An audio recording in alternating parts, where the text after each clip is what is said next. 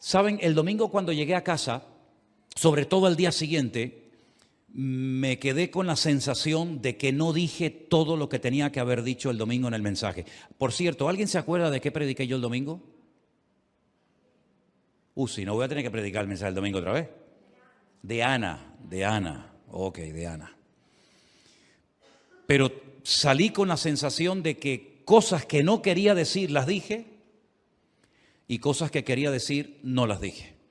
Entonces lo que hice al llegar a casa, tomé nota de algunas cosas que creo que son muy importantes que se digan referente a esta mujer y quiero compartirlas en esta noche. Pero vamos a hacer una oración un momentito y pedir al Señor que bendiga este tiempo de estudio de la palabra. Gracias, Padre Santo y Padre Bueno, te damos gracias, Señor, porque tú estás aquí en medio nuestro, Señor. Gracias porque podemos venir a alabarte, a exaltarte y a levantar tu nombre en alto, Señor. Te pido, Señor, que ahora, Señor, temas tú el control de este tiempo, Señor, que sea tu palabra la que se imparte en esta tarde, Señor, como siempre. Unge, Señor, los labios del pastor, Señor, y que caiga sobre todo en buena tierra, Padre. Pongamos en práctica tu palabra, Señor, en el nombre de Jesús. Amén. Amén, amén. Y tenemos que acostumbrarnos que cuando alguien ora, toda la iglesia tiene que decir un fuerte amén. Eso es. Saben que hoy estuve viendo una predicación que di hace 10 meses. Yo no suelo ver lo que yo predico, ¿saben? No es que me gusta verme predicar, al contrario, a veces me asusto cuando me veo predicar. Pero hoy vi una predicación que di hace 10 meses sobre la palabra amén. Les recomiendo que la vuelvan a ver. Me gustó mucho, ¿eh? Me gustó mucho lo que ese chico dijo hace 10 meses sobre la palabra amén. De hecho, no me acordaba de muchas cosas que dije, pero la verdad es que me bendijo mucho, ¿no? Escuchar lo que el Señor me dio hace 10 meses sobre la palabra amén. Pero quiero llevarles una vez más a Primera de Samuel, capítulo 1. Primera de Samuel, por favor, capítulo 1. Leíamos el domingo acerca de la situación del hogar de Ana, donde ella es una esposa más, puesto que Elcana tenía 2 mujeres, 2 esposas. Una llamada Penina, que le daba hijos, y otra llamada Ana, que era estéril. Pero vimos cómo ella oró al Señor, derramó su alma delante del Señor, y lo que era totalmente imposible que sucediera, milagrosamente ocurrió. Porque para Dios no hay nada imposible. En aquellos días, en aquellos tiempos, en aquella cultura, cuando una mujer no podía dar a luz hijos, se consideraba que era una maldición, un castigo de Dios, por algo que tal vez había hecho ella o sus antepasados, y entonces generalmente las mujeres estériles se recluían en casa, les daba mucha vergüenza salir a las calles porque la gente, ya saben cómo es, comenzaban a hablar y a decir, bueno, sabe Dios lo pecadora que es, sabe Dios algo que habrá hecho y Dios le ha cerrado la matriz, en fin, todo eso. Pero ella un año subió a Shilo, que era donde durante muchísimo tiempo colocaron el tabernáculo que habían traído del desierto, y allí todos tenían que subir una vez al año a celebrar una serie de fiestas, como bien saben ustedes. Y en una ocasión, dice la Biblia, que ella con amargura de alma, versículo 10, oró al Señor y lloró abundantemente. Algunos piensan que como lloró abundantemente, el Señor escuchó su oración. Bueno, hermano, llorar no está mal, pero no es un requisito indispensable para que el Señor le oiga y para que mucho menos le responda a su oración. Si usted ora y no llora, no pasa nada. Pero si ora y llora, pues está bien, gloria a Dios. No vamos a pensar que es más espiritual la persona que llora mientras ora que aquella que ora y no llora, ¿no? Pero la Biblia refleja, la Biblia registra el hecho de que esta mujer con amargura de alma oró y lloró abundantemente. Y vimos también cómo ella hizo un voto que tampoco es obligatorio hacerlo cuando uno le pide algo al Señor. Ahora, alguien, si se pregunta a alguien en esta tarde aquí o en casa de los que nos están viendo, hoy en día yo puedo hacer un voto, hoy en día yo le puedo prometer algo al Señor. Bueno, no es nada malo. Solamente le recuerdo que la Biblia dice que es mejor que no prometas a que prometas y luego no cumplas. Si le prometes algo al Señor, piénsalo bien, porque las promesas hay que cumplirlas. Amén, hermanos. Y ella le prometió, ella hizo un voto y le dijo al Señor que si el Señor la sanaba, si el Señor le daba un hijo varón, pues ella se lo dedicaría al Señor todos los días de la vida del niño. No fue una decisión que tomaría el niño. Ella la tomó por su criatura que vendría en el futuro. ¿Y cómo se diferenciaba en aquellos tiempos a una persona que había hecho un voto de vivir dedicado única y exclusivamente al Señor? Pues haciendo un voto que se llamaba voto de nazareo, no de nazareno, que no tiene nada que ver, sino voto de nazareo. Si ustedes quieren saber más acerca de en qué consistía ese voto, tienen que leer en Números capítulo 6. No lo vamos a hacer ahora, pero si quieren tomen nota. Cuando lleguen a casa buscan Números capítulo 6 y ahí se dice o se decía lo que tenía que hacer una persona si quería hacer ese voto. No podía beber bebidas alcohólicas, no podía tocar cadáveres o tener ningún contacto con cosas muertas, no podía cortarse el pelo todo el tiempo de su voto. Tal vez el hombre más conocido que hizo este voto fue, ¿quién? Sansón, ¿vale? Que no es que tuviera la fuerza en el pelo, sino que el pelo largo era señal del voto que tenía hecho con el Señor, y en el momento en que le cortan el cabello es como si él hubiera cortado su comunión con el Señor y automáticamente se convierte en un hombre, pues, como cualquier otro, vulnerable, incluso perdiendo la vida y la vista. Dedicar a su hijo al Señor, sabiendo cómo estaba el liderazgo en aquella época, había que tener mucha fe. Porque si mucha fe tuvo que tener Ana para orar al Señor y pedirle un hijo y creer que el Señor se lo iba a dar, mucha fe tuvo que tener también durante el resto de su vida para poner a un niño pequeñito en las manos de un liderazgo corrompido, de un liderazgo que era un auténtico desastre en aquella época. Y no solamente me refiero al viejo Elí, sino a los hijos de Elí, Ofni y Fines, que como leímos el domingo pasado, en el capítulo 2, por ejemplo, versículo 12, dice que eran hombres impíos. Bené y Belial, más fuerte todavía lo que dice en hebreo, hijos del diablo. En español dice, bueno, eran hombres impíos, eran gente mala. No, pero es que en el texto original aún es más fuerte, eran hijos del diablo. Se comportaban como auténticos hijos del diablo. Y además añade, para colmo, que no tenían conocimiento de Dios. Entonces están ministrando, están sirviendo a un Dios que no conocen. Las costumbres de ellos eran terribles, se acostaban con las mujeres en la puerta del tabernáculo, mantenían relaciones sexuales con ellas, eran abusadores en cuanto al tema de las ofrendas. Bueno, eran un desastre, terrible. Y Ana, pensaba yo en casa en estos días, le podía haber dicho al Señor, Señor, te doy gracias porque me has dado un hijo. Recuerdo el voto, recuerdo la promesa que hice, pero Señor, no creo que sea sabio, no creo que sea correcto poner a mis hijos, a mi hijo, en este momento, en manos de esta gente. Porque ¿qué le van a enseñar a mi hijo? Desen cuenta que Ana no vivía allí. Ana vivía muy lejos de Shilo.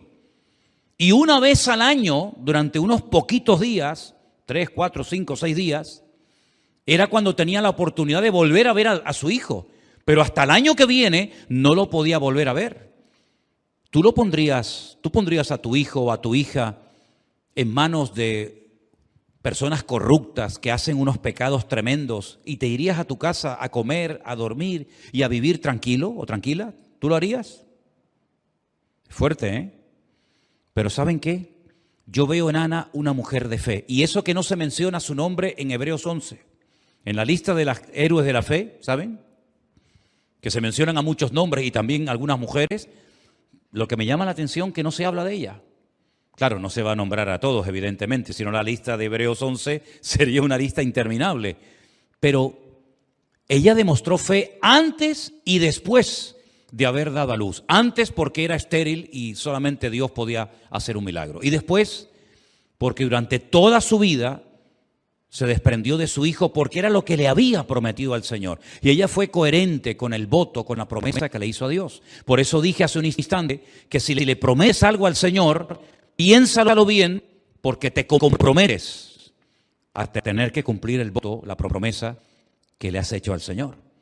Algunos dirán, pero hoy en día o en el Nuevo Testamento hay gente que hacía votos, o eso era una cosa de los judíos en el Antiguo Testamento. Bueno, permítame decirles o recordarles que en el Nuevo Testamento un famoso predicador, ¿ya saben de quién estoy hablando?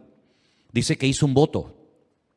Y siempre en el voto o en la promesa siempre hay algo que se tiene que hacer. No solamente pensar o proponer, sino algo que se tiene que hacer como señal de que has hecho un voto. Y estoy hablando nada más y nada menos que del apóstol Pablo. ¿Se acuerdan? Dice que hizo un voto. ¿Y cuál fue la señal de su voto? ¿Alguien recuerda? ¿O estoy hablando de algo que no conocen? Se rapó la cabeza, se rapó el pelo. Bueno, parece ser que hoy en día hay muchos que han hecho esa promesa, ¿no?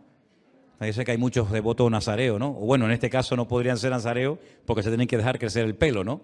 Pero en el Nuevo Testamento yo veo a un hombre que hizo un voto y la señal del voto es que se rapó la cabeza. Que se pueda hacer o no. Yo nunca he hecho un voto, nunca he dicho, bueno, si Dios me da esto, le prometo aquello, hago lo otro, pero que no hay nada antibíblico. Si usted, hermano o hermana, en una petición importante delante del Señor, le dice, Señor, si tú me respondes a esta oración, yo te prometo que voy a hacer esto, te voy a dar aquello. No hay nada malo, pero solamente le pido que sea responsable a la hora de prometer algo, no sea que después te arrepientas de haber prometido eso y te eches para atrás, ¿vale? Ana le prometió al Señor que le daría el niño y resulta que uno se pregunta, ¿y cuándo llevó al niño a Shilo? Vamos a leer a partir del versículo 20. Aconteció que al cumplirse el tiempo, después de haber concebido Ana, dio a luz un hijo y le puso por nombre Samuel, diciendo, por cuanto se lo pedí al Señor. Después subió el varón Elcana con toda su familia, con Penina y con sus hijos, para ofrecer al Señor el sacrificio acostumbrado y su voto. Pero Ana no subió, sino que le dijo a su marido, yo no subiré hasta que el niño sea destetado, para que lo lleve y sea presentado delante del Señor y se quede allá, ¿cuánto tiempo? Para siempre. No es que lo voy a llevar al niño un par de añitos y después me lo traigo a casa. No, no, yo lo entrego para siempre, porque fue el voto que le hizo al Señor. Y entonces Elcana, su marido, le dijo, haz lo que bien te parezca. Quédate hasta que lo destetes, solamente que cumpla el Señor su palabra. Y se quedó la mujer y crió a su hijo hasta que lo destetó. Perdonen que haga esta pregunta. ¿Hay alguna hermana aquí que esté dando el pecho? Vanessa, ¿no? ¿Hasta qué edad tiene más o menos pensado darle el pecho al chiquitín? No, el padre no tiene mucho que decir en esto, ¿no? Yo sé que antiguamente, por lo menos aquí en Canarias, y me imagino que en los países de algunos de ustedes, los niños tomaban leche hasta bien entraditos, porque yo he visto niños que corrían y ya casi hablaban y de vez en cuando la madre tenía que darle el pecho. Yo estuve averiguando hasta cuánto tiempo se le daba el pecho a un niño en los tiempos de la Biblia y he leído entre 3 y 5 años. Algunos están hasta los 40, ¿eh? Algunos están toda la vida chupando, ¿eh? Pero bueno, dejar a un niño de 3 o de 5 añitos lejos de tu casa con gente prácticamente desconocida, con la mala fama que tenían, porque lo que hacían los hijos de Elí no lo hacían en secreto. Todo el país sabía que eran unos sinvergüenzas, que eran unas personas corruptas y que el testimonio que estaban dando era terrible. Dice que eran hijos del diablo, Bené y Belial, hombres impíos, sin conocimiento del Señor. Repito, ¿tú lo dejarías? Es fuerte lo que estoy diciendo, ¿verdad? Pero ella lo hizo. Pero eso no es nada en comparación con lo que el Señor le pidió a Abraham. Entrégamelo y sacrifícamelo y pónmelo sobre un altar, ¿verdad? Ana fue coherente y lo que hizo fue que cumplió con su voto y puso a su hijo en las manos del Señor. Y yo creo que aquí hay una lección para todos los que somos padres. Sobre todo para los que tienen ahora hijos pequeños, ¿no? Pues ya mis hijas ya están grandes, pero sobre todo para los que tienen niños pequeños, tal vez en edad escolar, que están ahora por ahí en la escuela dominical. No tengas miedo. Ponga a tus hijos lo antes posible en las manos del Señor, porque el Señor los va a cuidar mucho mejor de lo que lo podríamos hacer tú y yo juntos. El Señor cuidará de ellos. Si el Señor te lo dio, el Señor te lo cuida. El Señor no los va a abandonar. Cuando lo lleves a la puerta del colegio y allí lo dejes, y sabes que va a pasar horas allí adentro, pues escuchando y viendo cosas que no enseñan en casa ni en la iglesia, tranquilo, tranquila. Encomiéndaselo al Señor, bendícelo cuando va a entrar a clase, ora por él o por ella y el Señor te lo va a cuidar todo el tiempo. ¿Cuántos dicen amén? Con esa fe tenemos que vivir hoy en día los padres, porque lógicamente hay esa carga, ¿no? Esa preocupación. ¿Qué le estarán enseñando a mi hijo? ¿Qué amistades está haciendo? ¿Cómo será el profesor? ¿Cómo será la maestra que le está dando clase? Etcétera, etcétera. Mira el ejemplo de Ana. Lo dejó en el peor lugar, con la peor gente, pero en medio de ese ambiente de corrupción, Dios lo cuidó de tal manera que era él un ejemplo para los grandes, hasta el punto que recibía palabra, revelación de Dios, tanto para Elí como para todos los que estaban allí dentro.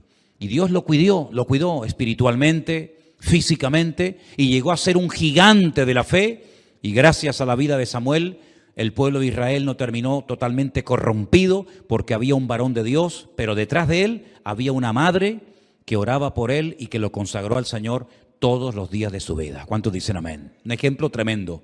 Pero hay otra cosa que se me olvidó decir el domingo, se me pasó, y que quiero que la leamos juntos en esta noche. Yo voy a pedirles que lean juntamente conmigo el versículo 18. Estamos en Primera de Samuel, capítulo 1, versículo 18. Ahí tienen en la pantalla el texto por si quieren leerlo en alta voz conmigo. Y dice así: y ella dijo: halle tu sierva gracia delante de tus ojos.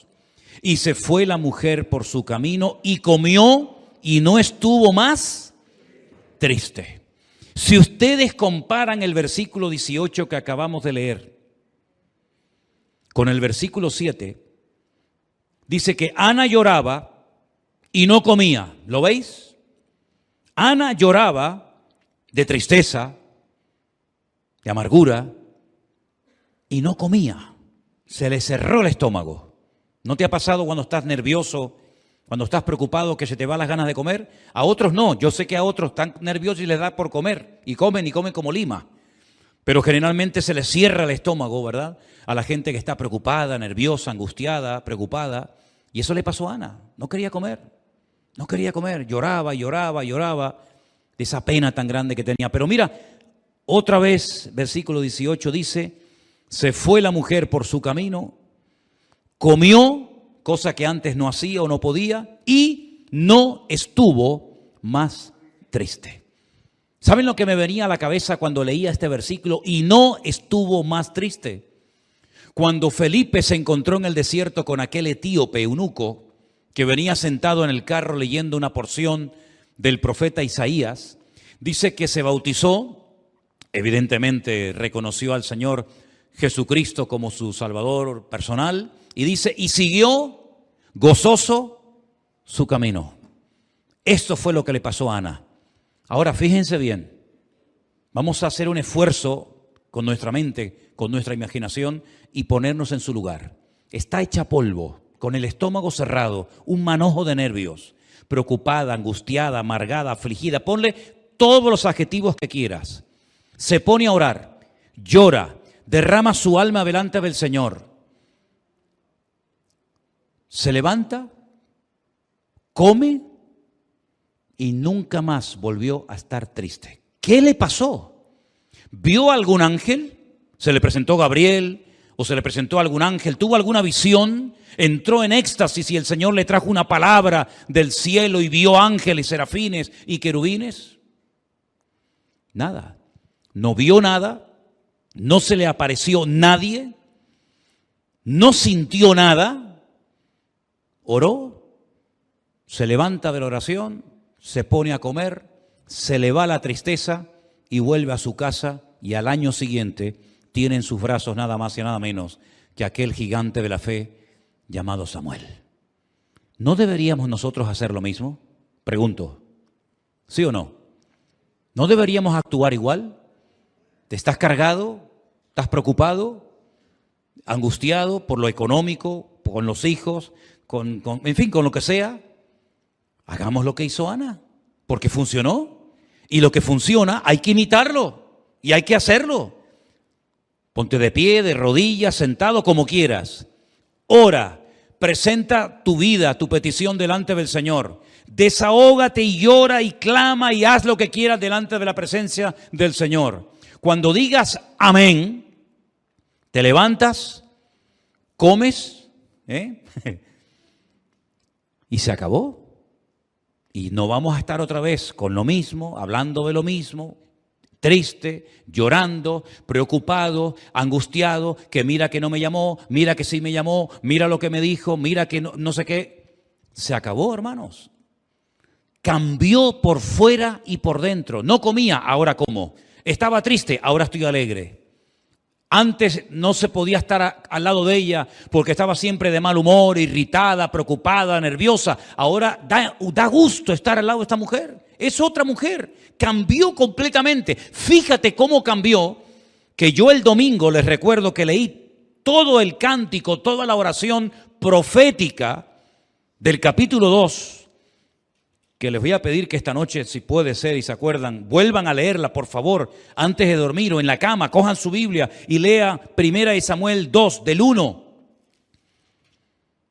al 11, donde esta mujer es otra completamente.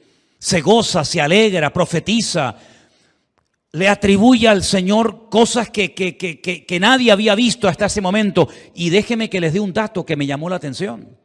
Es la primera vez en la historia bíblica, y lo voy a leer en el versículo 10, que ella dice: el Señor juzgará a los confines de la tierra y dará poder a su rey y exaltará el poderío de su ungido. Es la primera vez que una persona, en este caso una mujer, menciona la palabra ungido. Claro, algunos dicen, bueno, ¿se refería al rey David? No digo que no. Pero sin lugar a dudas, el ungido, el Mesías, por excelencia, ¿quién es? Nuestro Señor Jesucristo. Fíjense el cambio del capítulo 1. En el mismo capítulo 1 se ve una mujer al principio y una mujer diferente al final. Y ya en el capítulo 2 es un encanto de mujer. Una mujer que ora, que canta, que profetiza, que alaba al Señor, que transmite paz, que transmite confianza, que transmite una seguridad en el Señor tremenda. ¿Y dónde surgió todo esto? Cuando ella dice que se levantó, se puso a orar. Y fíjate qué curioso que caí en el detalle en el versículo 9. Dice, se levantó Ana después de que hubo comido y bebido en Silo. Y mientras el sacerdote Elí estaba sentado en una silla junto a un pilar del templo del Señor. ¿Por qué dice dónde estaba sentado el sacerdote? ¿Qué más da? Tiene que tener alguna razón de ser. Que diga que ella se pone a orar cerca del pilar, de la columna, donde hay un hombre sentado, y ese hombre era el sacerdote Elí. ¿Saben que los judíos en aquel tiempo y hoy en día, en las puertas de su casa, entrando a mano derecha, así en un costadito, ponen una cajita, un tubito, que lo llaman la mezuzá, donde dentro hay versículos de la Biblia. Y cada vez que entran o salen de la casa, lo tocan, lo besan y le dan gracias al Señor por su palabra. ¿Qué versículos hay dentro de esa mezuzá, dentro de esa cajita o de ese tubito? Antes teníamos por ahí una, en la puerta de mi casa tengo otra. Pues uno de los versículos que aparece es aquel que dice: escucha, Israel, el Señor nuestro Dios uno es. Y amarás al Señor tu Dios con todo tu corazón, con toda tu alma y con todas tus fuerzas, ¿verdad? El famoso Shema, donde se recuerda que el pueblo tiene que obedecer a Dios, que Dios oye, que Dios es uno, que es nuestro Dios, que no es un Dios frío, lejano y distante. Allí estaba sentado el sacerdote Elí, en un pilar donde había textos bíblicos metidos en esa mezuzá, pero dice que no había conocimiento del Señor. Y cuando hoy leía en el capítulo 3, verso 1, que el joven Samuel ministraba al Señor en presencia de Elí y la palabra del Señor escaseaba en aquellos días y no había visión con frecuencia, a mí me llamó la atención la palabra escaseaba. Y la busqué la palabra escasear para ver cómo se decía en hebreo y resulta que no sale la palabra escaseaba, sino que la palabra que sale es rara. El texto debería haberse traducido de la siguiente manera: y la palabra de Dios era rara en aquellos días. ¿No te ha pasado que estás hablando con un amigo de fútbol, de política, del tiempo, pero en el momento en el que hablas de Dios, de Cristo, de la Biblia, le cambia la cara? Porque parece que tiene delante a un bicho raro. ¿No te ha pasado eso? Como diciendo, uy, cuidado con este, ¿no? Cuidado con esta. La palabra era lo más raro en aquellos tiempos.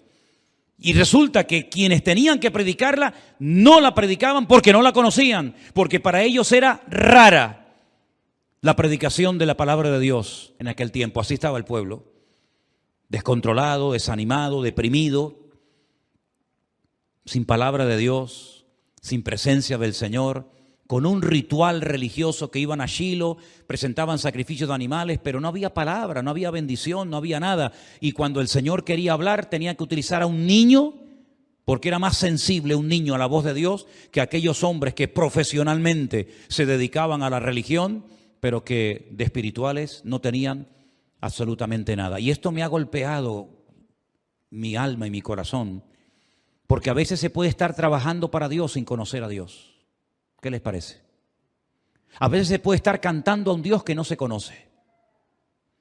A veces se puede estar ministrando supuestamente al Señor con el cual no tienes ninguna comunión, sino que para ti el cantar, el tocar, el predicar, el estar en la puerta como ujier o en las cámaras o en cualquier otra sesión de la iglesia, se ha convertido como en algo normal, pero la pregunta es, ¿lo que haces para quién lo haces? Cuando tocas, cuando cantas, cuando predicas, cuando haces algo, ¿para quién lo estás haciendo? ¿Lo estás haciendo para un Dios que conoces? ¿Un Dios con el cual has tenido comunión a lo largo del día? ¿O es hoy la primera vez, en este día jueves, que tú has cantado y orado al Señor? No puede ser. No puede ser que si no hubiera culto hoy jueves, como es hoy culto, no hubieras orado ni alabado al Señor, ni hubieras tenido un momentito para hablar con Él y decirle: ¿qué tal, Señor? Me alegro de estar contigo, qué bueno que soy tu hijo, que tengo tu palabra, que te conozco, que te sirvo. Yo espero que no sea necesario venir a un culto de un jueves para que tengas un poquito de comunión con el Señor. Por eso, vuelvo a insistir lo que dije al principio. Los domingos, los jueves un poco más complicado, ¿verdad? Pero los domingos no vengan directamente al culto. Incluso algunos tarde, porque es increíble que todavía algunos hermanos y hermanas, después de años, de tantas veces que se ha dicho, todavía hay gente que los domingos llega tarde al culto. Lo entiendo que los jueves por cuestiones de trabajo, pero generalmente un domingo venir tarde a un culto como que no pega, ¿no? Como que no cae bien. Por eso yo les animo a que vengan antes de los cultos y en vez de estar en la puerta hablando de qué están hablando, antes de un culto, donde vas a entrar a la presencia de Dios, a ministrar, a cantar, a predicar, a tocar. ¿De qué estás hablando ahí en la entrada? Entremos y tengamos comunión con el Señor. Y me parece increíble, increíble que el pastor de la iglesia tenga que animar a la gente a que entren media horita antes de un culto a orar, porque parece que si el pastor no lo dice, como que no nace de la gente. Y yo miro, yo estoy un domingo y otro domingo y otro domingo y veo por el cristal allí hablando a uno y uno que sale y uno que entra y uno que está por allí y el otro que está por allá. Y yo digo, pero qué increíble, si fuéramos levitas, que no lo somos, no podríamos entrar de esta manera en la presencia del Señor. Caeríamos muertos, porque el levita tenía una semana para prepararse para ministrar 10 minutos. El que entraba a poner el incienso allí en el altar estaba una semana con ritos de purificaciones, con sacrificios, que si los pies, que si las manos, que si no podía tocar esto, que si no puedo comer lo otro. Una semana preparándose para ministrar 10 minutos. Si fuéramos levitas hoy en día, no podríamos ministrar ni en la música, ni en el púlpito, ni en ninguna parte, porque a veces esa preparación previa a un culto, imagínense si tú tuvieras que predicar a gente que viene de lejos, a gente que te escucha de los confines del mundo, y tuvieras que subirte a un púlpito a predicar a gente que está cansada, gente que se está muriendo de cáncer, gente que está desanimada, gente que se acaba de convertir, gente que está buscando algo en internet, en las redes sociales que alimente, y tú te subes aquí arriba a predicar, no has orado, no te has preparado, no has tenido comunión con el Señor. ¿Tú te imaginas el daño que se le puede hacer a las almas por no habernos preparado previamente delante del Señor? Por eso Samuel fue un hombre espiritual. ¿Sabes por qué? Yo te voy a decir por qué Samuel fue un hombre espiritual. Porque su madre era una mujer espiritual. Una mujer que amaba al Señor. Y una madre que ama a Dios le transmite eso a sus hijos, sí o sí. ¿Sabes cuál es el mejor espejo en el que tú como madre y tú como padre te puedes ver? ¿Sabes cuál es tu mejor espejo? Tus hijos. Ese es tu verdadero espejo. Si aman al Señor, si leen la palabra, si tienen respeto a las cosas de Dios. La escuela dominical no está para educar a los hijos, está para ayudar a los padres como un refuerzo una vez a la semana para reforzar la enseñanza y el ejemplo que están viendo en papá y en mamá en sus hogares. A mí me llama mucho la atención que este niño cuando fue al templo no fue para que le enseñaran a ser espiritual. Ese niño con 3, 4, 5, ponle 8 años, era más espiritual que todo un sacerdocio de la época. ¿Y dónde aprendió esa espiritualidad? ¿Dónde aprendió ese respeto a Dios? Que dice, yo lo leí esta mañana,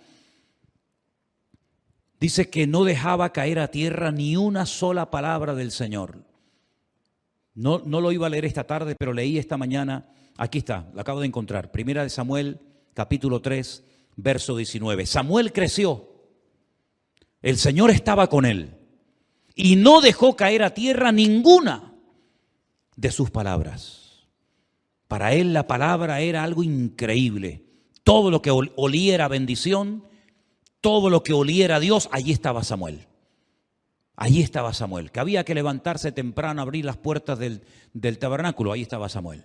Que había que encender las lámparas, allí estaba Samuel. Que había que cerrar las puertas, allí estaba Samuel. No desperdiciaba ni una sola oportunidad para aprender, para madurar, para servir al Señor. Y yo veo muchas veces a la gente, y le soy sincero, digo, qué pena tú, con las oportunidades que se están presentando hoy en día para hacer cosas para el Señor. Y no solamente hablo de venir a un rastro, o no solamente hablo de cantar o de estar de ujier, sino de muchas cosas que se presentan, y más que se podrían presentar si hubiera pues aún tal vez más interés.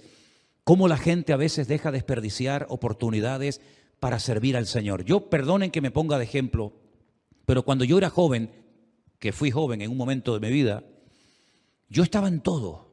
Había que sellar cientos, miles de tratados, de folletos para después salir a la calle a repartirlo. Allí estaba yo. Había que colocar las sillas antes del culto. ¿Quién las colocaba? Allí estaba yo. Había que poner un librito que se llamaba el Himnario. Algunos lo conocen, otros no saben ni lo que estoy hablando. Un librito, Himnario, de gloria y triunfo se llamaba, ¿no? que había que ponerlo en cada silla para que la gente cuando viniera pudiera cantar el 345, el 248, ¿verdad? Allí yo los colocaba, luego los dejaban todos tirados por el suelo, por allí, por allá, yo los recogía y los ponía en su sitio. Para mí era un gusto, para mí era un gozo estar siempre haciendo lo que fuera. Bueno, yo me gocé haciendo pequeñas cosas que a lo mejor nadie quería hacer. Y yo creo sinceramente que eso de alguna manera el Señor lo recompensa y el Señor lo ve y el Señor lo ve en algún momento determinado. Claro, hoy en día eso ya no lo hago, aunque si tengo que hacerlo no hay ningún problema. Pero a mí me gustaría que fuéramos como Samuel. Yo quiero ser como Samuel. Yo no quiero que se caiga a tierra ni una sola palabra del Señor, ni una sola oportunidad que se me escape. Donde Dios me abra una puerta, me da igual donde sea y como sea, yo procuraré hacer mi parte para que almas conozcan al Señor y reciban a Cristo como su Señor y Salvador personal. Pero la espiritualidad de Samuel la aprendió en la casa, no en el templo, porque no había. ¿Qué espiritualidad le va a enseñar a aquel hombre si fue incapaz de enseñar y de corregir a sus hijos? ¿Saben lo que pasó? No quiero extenderme mucho esta noche, pero si ustedes leen el capítulo 3, cuando el Señor se le presenta una noche y le habla con voz audible, escuchen, con voz audible a Samuel, y él recibe una revelación de lo que el Señor va a hacer con la casa de Elí, con sus hijos, tremendo. Cuando al día siguiente Elí le dice, hijo mío, ¿qué te dijo el Señor? No tengas miedo, dímelo todo, no me ocultes nada. Y Samuel abre su corazón y le comparte todo lo que el Señor va a hacer. Pues Elí, en vez de decir, bueno, vamos a corregirnos, vamos a pedirle perdón al Señor, vamos a arrepentirnos, vamos a echarnos polvo y ceniza sobre la cabeza, vamos a hacer algo, dice, bueno, la palabra de Dios fue buena. Y sigue igual. Y nunca corrigió a sus hijos, nunca tomaron medidas para cambiar, ¿verdad? Entonces, ¿de dónde aprendió la espiritualidad esta criatura? De este hombre. Pues este hombre era carne y sus hijos eran peor todavía. Este niño aprendió la espiritualidad en su casa, con su madre. ¿Y saben lo que me venía a la cabeza en estos días pensando en este niño? A pesar de lo jovencito que era. ¿Cómo sabía aquel hombre ya con 40 años que vivía como un príncipe? Porque era el príncipe de Egipto, Moisés, que él no era un egipcio, que su pueblo estaba en la calle sufriendo y que aquellos esclavos que apaleaban y azotaban y humillaban, y algunos hasta la muerte, era su pueblo. Y cómo fue capaz de, dice, renunciar a los deleites temporales de Egipto para sufrir con su pueblo, teniendo por mayores vituperios el vituperio de Cristo que el vituperio o las glorias de Egipto. ¿De dónde sacó esa información?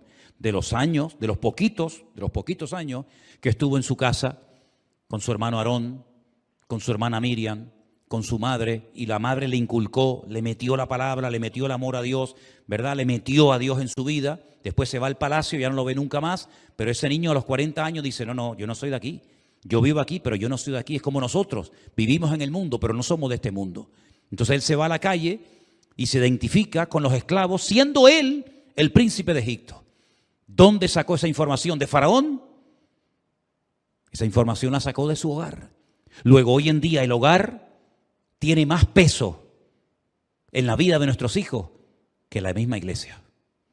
Si la iglesia tiene más influencia en la educación espiritual de tus hijos, algo está fallando en tu casa, algo está fallando en el hogar.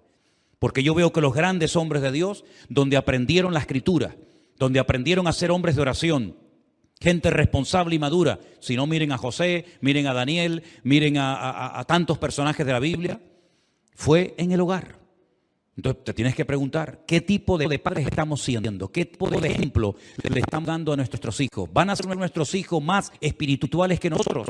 Vuelvo a decir lo que dije el domingo, tengan cuidado con darle a los niños de tan temprana edad el teléfono, las tablets, para que no llore, para que no moleste.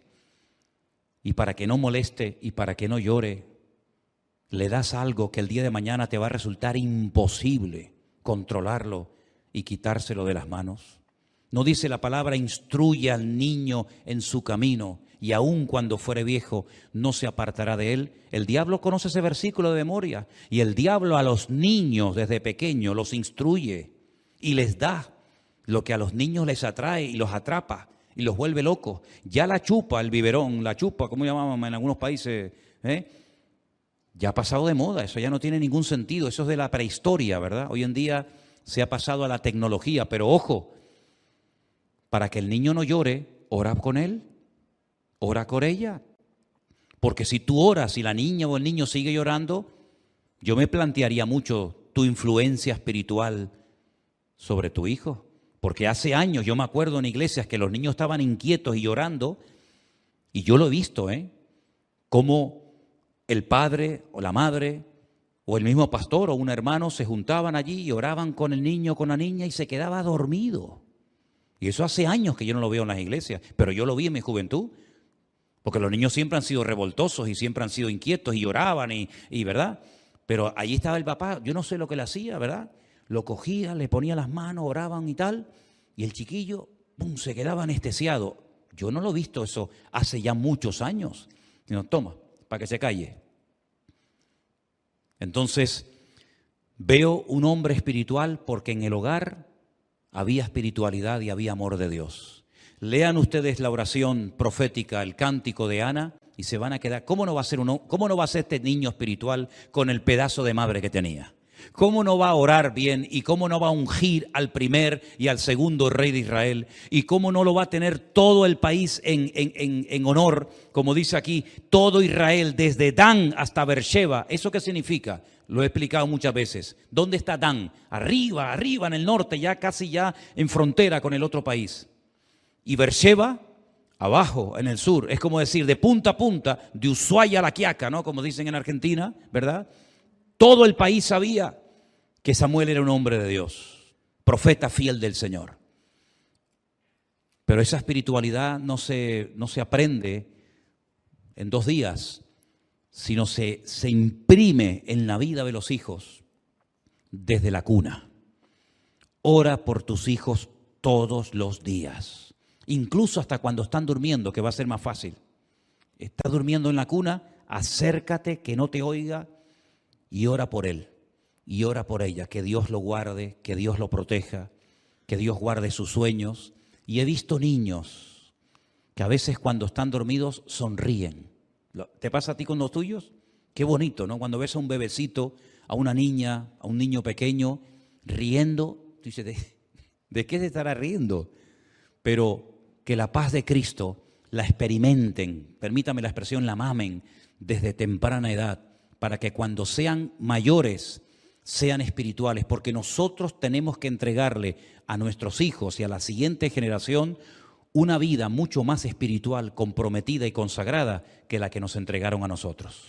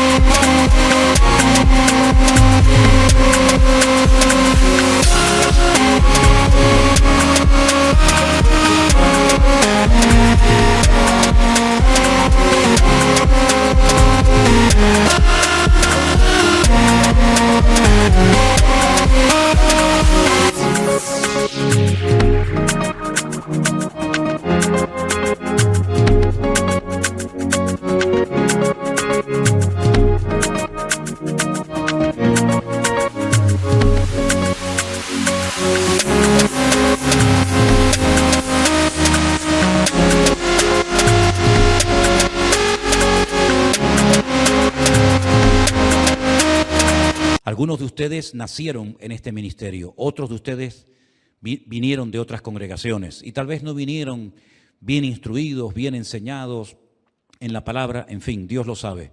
Pero lo que está bien claro es que este es un lugar donde Dios nos ha tratado durante años, a todos, para que podamos entregarle una iglesia mucho más espiritual, una iglesia mucho más consagrada a nuestros hijos. Estos que están ahora corriendo, dentro de poco, serán los jóvenes de la iglesia. Y esos jóvenes serán los que ocuparán los lugares de liderazgo en la iglesia, los que irán por distintos lugares predicando la palabra, los que estarán predicando la palabra, ¿verdad? Y la vida pasa volando. Si os dais cuenta, ya estamos en diciembre otra vez. Les digo sinceramente, hermanos, Este año a mí personalmente se me ha ido volando. Yo es que ni me he dado cuenta. Yo no sé si por tanto viaje, por tanto internet, por tanto culto, yo no sé por qué es, pero es que llevo así ya 4 o 5 años y este año más todavía. ¿A usted le pasa lo mismo? ¿A usted le pasa lo mismo? Dicen que hay una fórmula matemática que dice que cuanto más masa, cuanto más tiempo tiene una persona, cronológicamente hablando, más rápido le pasa el tiempo. Y algo debe de haber, porque a un niño parece como que la vida le va más despacio y a los que ya tenemos una edad parece como que la vida cada vez nos va más rápido. No sé si es algo de matemáticas o es algo espiritual, pero lo que está bien claro es que nosotros tenemos que reforzar nuestra comunión con el Señor y doblar la guardia. Porque todas estas cosas que están ocurriendo en el mundo es simplemente un ensayo, un pequeño ensayo de lo que se viene a mayor escala. Que el Señor nos ayude a tomar conciencia de que tenemos el mismo Dios de Ana, que si clamamos con la intensidad y con la sinceridad con la que Ana clamó, veremos grandes resultados en nuestra vida. Pero termino diciendo esto, y no es nada nuevo lo que voy a decir ahora. La actitud marca la diferencia. Ana dijo, basta, ya no voy a seguir más tiempo así, voy a orar, voy a comer, voy a gozarme en el Señor, y su vida cambió radicalmente. Nosotros tenemos que decir, basta, a partir de ahora voy a ser diferente, voy a orar distinto, voy a tomarme en serio mi comunión con el Señor, más incluso de lo que me la he estado tomando hasta el día de hoy, y vamos a ver resultados, porque Dios está deseoso de sorprender tu vida. Pero pon tu confianza no en el Cana. ¿Quién era el Cana? ¿Quién era el Cana en la vida de Ana? Su marido. ¿Su marido le resolvió el problema a Ana? El marido solamente le daba reproche. ¿Por qué? ¿Por qué? ¿Por qué? ¿Por qué? Pero no hace nada. El problema de Ana no era el Cana. Yo estuve pensando hoy mucho en esto, de hecho lo tengo aquí anotado. El problema de Ana no era el Cana, su marido, no era Elí, que pensaba que estaba borracha. El problema de Ana no era Penina, la otra que tenía el marido. No. ¿Saben cuál era el problema de Ana? ¿Saben cómo se llamaba el problema de Ana? Ana. El problema de Ana, ella misma era el problema. Cuando ella misma se venció, se conquistó, se humilló delante del Señor, ella misma se convirtió en su mejor aliado.